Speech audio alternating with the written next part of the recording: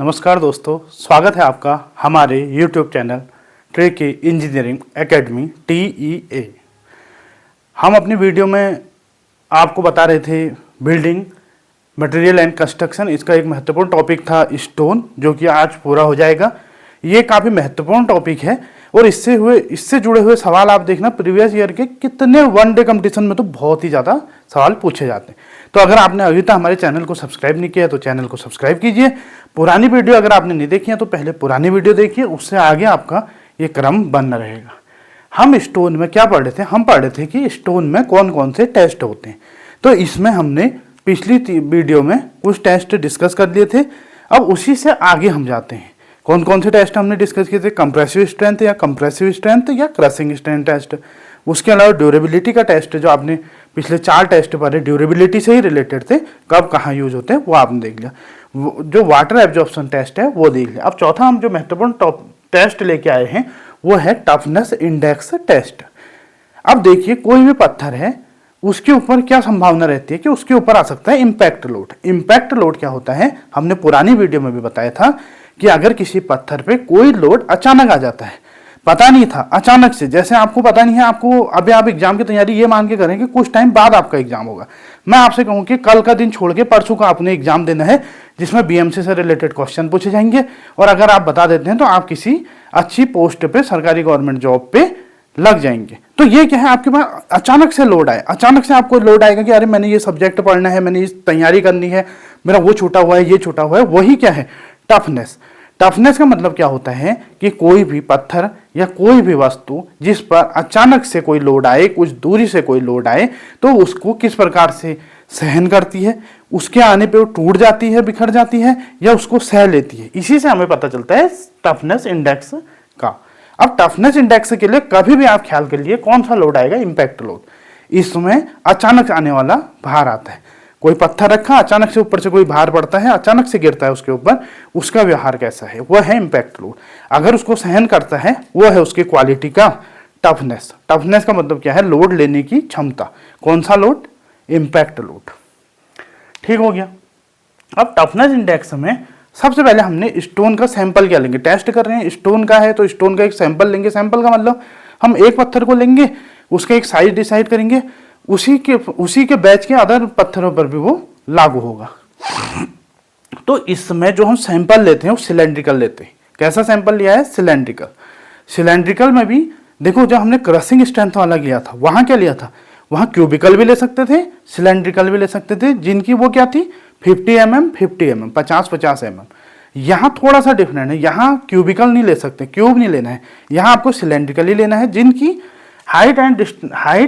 Height आपकी है 25 mm, dia जो है 25 mm। सिलेंडर है तो डाया पता होना चाहिए, हाइट पता होनी चाहिए। डाया कितना है? 25 mm 25 mm। हाइट कितनी है? 25 mm। डाया कितना है? 25 mm। अब एक बार एक सवाल पूछा गया था, एसएससी जेई में पूछा गया था शायद, कि जो आपका टफनेस इंडेक्स टेस्ट होता है उसके लिए जो आप सैंपल लेते हैं, उसका सैंपल का डाया और हाइट का रेशियो क्या रहता है? तो डाया कितना है? डाया आपका 25 mm, हाइट आपकी 25, तो सेम है, तो इसका रेशियो क्या होगा? 1। 25/25 1। इस तरह के सवाल भी 1:1 रेशियो में, इस टाइप के सवाल भी पूछे जाते हैं। याद ऐसे रखना है। वहां आपने यहाँ जो आपने क्रशिंग स्ट्रेंथ में लिया था तो 50 mm का था, यहाँ आपने जो लिया है वो 25, उसका आधा। ठीक हो गया। अब आपने एक सैंपल स्टोन को लिया, उसको उस फॉर्म में कट कर दिया कि उसकी हाइट कितनी है, एक बेलन या एक सिलेंड्रिकल शेप, जिसकी हाइट है 25 mm, जिसका डाया है 25 mm। इसको आपने ले जाना है और किस मशीन पे रखना है? इसको आपने रखना है इम्पैक्ट पेजर मशीन। एक मशीन का नाम याद कर लीजिए, इम्पैक्ट पेजर मशीन। ये सवाल भी हो सकता है कि किस मशीन में यूज करते हो? तो impact pager machine. Impact load आ रहा है तो इम्पैक्ट पेजर मशीन। किसके लिए? टफनेस इंडेक्स के लिए। क्यों? क्योंकि टफनेस इंडेक्स इम्पैक्ट लोड के लिए। अब यहाँ पे क्या होता है? ये मशीन किस प्रकार की होती है? तो एक सिंपल मशीन होती है जिसमें एक हथौड़ा जैसा कोई एक, उसका ही एक पार्ट होता है हथौड़ा जैसा। वो हथौड़ा जो होता है वो आपके सैंपल के ऊपर गिरेगा। जैसे मान लीजिए आपकी मशीन क्या है, ये आपकी मशीन हो गई इम्पैक्ट पेजर मशीन। इसमें ये आपका कुछ हथौड़ा जैसा होता है, ये आपने ले लिया, ये आपने स्टोन ले लिया, ये आपका स्टोन सैंपल है, ये आपकी इम्पैक्ट पेजर मशीन है, इसमें हथौड़ा जैसा कोई हिस्सा होता है। अब इसमें करना क्या होता है, प्रोसीजर क्या है। जो ये हथौड़ा है, ये हथौड़ा टाइप का होता है, इसका वेट कितना होता है अभी सवाल पूछा जाता है। तो 20 न्यूटन, 20 न्यूटन का वेट, न्यूटन में 20, केजी में 2, तो 20 न्यूटन का, न्यूटन में याद रखना 20 न्यूटन का वेट किसका, इस हथौड़े का। कौन सा हथौड़ा, जो इस पत्थर के सैंपल पे पड़ेगा। पत्थर के सैंपल का साइज क्या है, 25 mm डाया, 25 mm हाइट। ठीक हो गया। अब हमें क्या करना है, हम इस हथौड़े जैसे को, यह अरेंजमेंट इस प्रकार का रहता है इस इम्पैक्ट पेजर मशीन में कि आप पहले इस सैंपल को नीचे रखा और हथौड़े को जो 20 न्यूटन का है 1 सेंटीमीटर ऊपर ले गए और आपने इसको गिराया, 1 सेंटीमीटर ऊपर ले गए और आपने इसको सैंपल पे गिराया। देखेंगे कि सैंपल को कुछ हुआ, कुछ नहीं हुआ। आपने कहा ठीक है। एक के बाद अब आप थोड़ी सी हाइट बढ़ाएंगे, 2 सेंटीमीटर ऊंचाई से आप उस हथौड़े को जो 20 न्यूटन का है हमारे इस सिलेंड्रिकल सैंपल पे डाल मारेंगे। देखेंगे कि क्या कोई फर्क पड़ा। कब तक, 1-1 सेंटीमीटर, फिर 3 पे जाएंगे, फिर 4 सेंटीमीटर हाइट पे, 5 सेंटीमीटर। देखो जैसे जैसे हाइट बढ़ेगी ना वैसे वैसे इफेक्ट आने शुरू हो जाएंगे। क्यों, क्योंकि ज्यादा ऊंचाई से जब हम किसी वस्तु को फेंकते हैं तो अधिक फोर्स लगाती है। तो यहाँ पे क्या होगा, 1-1 सेंटीमीटर बढ़ाए तो ड्रॉप कितना किया, 1 सेंटीमीटर किया, फिर 2 सेंटीमीटर, फिर 3 सेंटीमीटर, फिर 4 सेंटीमीटर। अब हम एक ऐसी जगह पे पहुंच जाएंगे जहां से जब हम इस हथौड़े को गिराएंगे तो हमारा सैंपल टूट जाएगा।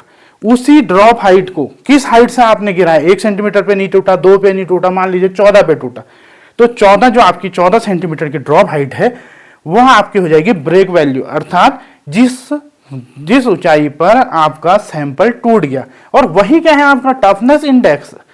मान लीजिए आपने 14 सेंटीमीटर की ऊंचाई पे गई और 14 सेंटीमीटर पे ब्रेक हो गया, 13 तक तो ब्रेक नहीं हुआ, 14 पे ब्रेक हो गया, ये हमारी वैल्यू हो गई।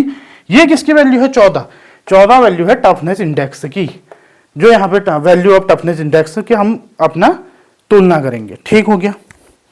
अब आपको टफनेस इंडेक्स की वैल्यू मिलनी तो शुरू हो गई, आपको पता चल गया कि अच्छा एक सैंपल लिया, इतनी इतनी ऊंचाई से गिराया, जिस ऊंचाई पे ब्रेक हुआ वो ऊंचाई है टफनेस। हो सकता है उससे मजबूत पत्थर हो और ज्यादा ऊंचाई पे जाना पड़ेगा, बहुत ज्यादा मजबूत पत्थर हो तो आपको मीटरों पे ऊपर जाना पड़ेगा। तो आपके टफनेस इंडेक्स की जो वैल्यू है अलग अलग हो जाएगी। जैसे यहाँ पे 14 आई, हो सकता है 16 आए, किसी अन्य पत्थर के लिए 20 आए। अब देखना है आपने इस वैल्यू के आधार पे, अगर आपकी वैल्यू 0 से 13 के बीच में है, आप ऊपर को बढ़ते गए 13 से नीचे या 13 तक में कहीं आपका पत्थर ब्रेक हो गया 13 सेंटीमीटर की ऊंचाई तक जाने में, तो ये आपका हुआ पुअर टफनेस। ठीक हो गया। दूसरा जो होता है वो 13 से 19, अगर 13 से 19 के बीच में है तो वो है मीडियम टफनेस, और अगर 19 से ज्यादा है तो वो है रिच टफनेस। अब आप ये बताइए, अब क्या चाहते हैं कि आपने एक हथौड़े से पत्थर पे मारा, वो 5 सेंटीमीटर की हाइट से हथौड़ा मारने पे टूटे या 40 सेंटीमीटर की हाइट से। देखो अगर 5 से टूट रहा है इसका मतलब पत्थर कमजोर है, 40 से टूट रहा है तो इसका मतलब पत्थर अच्छा है। तो रिच टफनेस का मतलब क्या है, जिसकी टफनेस 19 से ज्यादा होगी वो रिच टफनेस। और हमने पढ़ा भी था टफनेस जितनी ज्यादा हो हमारे लिए उतना अच्छा है। तो यहाँ पे टफनेस में गुड बिल्डिंग स्टोन की हमने जो टफनेस पढ़ी थी 19 से ज्यादा होनी चाहिए। क्यों होनी चाहिए, यहाँ हमें पता चल गया। मतलब कोई भी स्टोन को हम बिल्डिंग के लिए यूज तब करेंगे जब उस स्टोन को इम्पैक्ट पेजर मशीन में रखने पर उस स्टोन का आपने एक सैंपल बनाया, आपने एक बिल्डिंग में आपको एक पत्थर दिया, मैंने कहा कि बताइए ये बिल्डिंग में यूज करें या नहीं करें। तो आपने कहा सर लाइए इसका मैं इम्पैक्ट ये टफनेस टेस्ट करते हूँ, टफनेस इंडेक्स बताते हैं।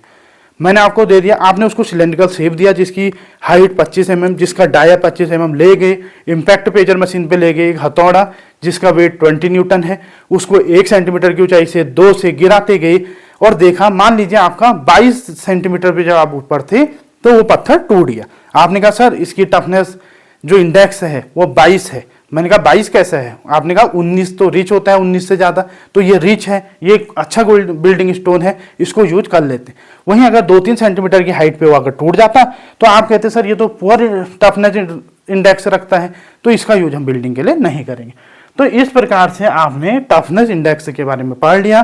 टफनेस इंडेक्स क्या होता है, कोई सैंपल से जुड़ा सवाल, इम्पैक्ट पेजर मशीन से जुड़ा सवाल, हथौड़े की जो होती है हाइट, कितनी हाइट से गिराते हैं, हथौड़े का जो वेट कितना है, ड्रॉप किस हिसाब से होता है, rich toughness, medium toughness, poor toughness क्या होती है, गुड बिल्डिंग स्टोन क्या है, इसके बारे में आपने एक संपूर्ण अपनी एक पकड़ बना ली है। इससे अगली वीडियो में हम जो देखेंगे वो इसके अदर टेस्ट देखेंगे। धन्यवाद।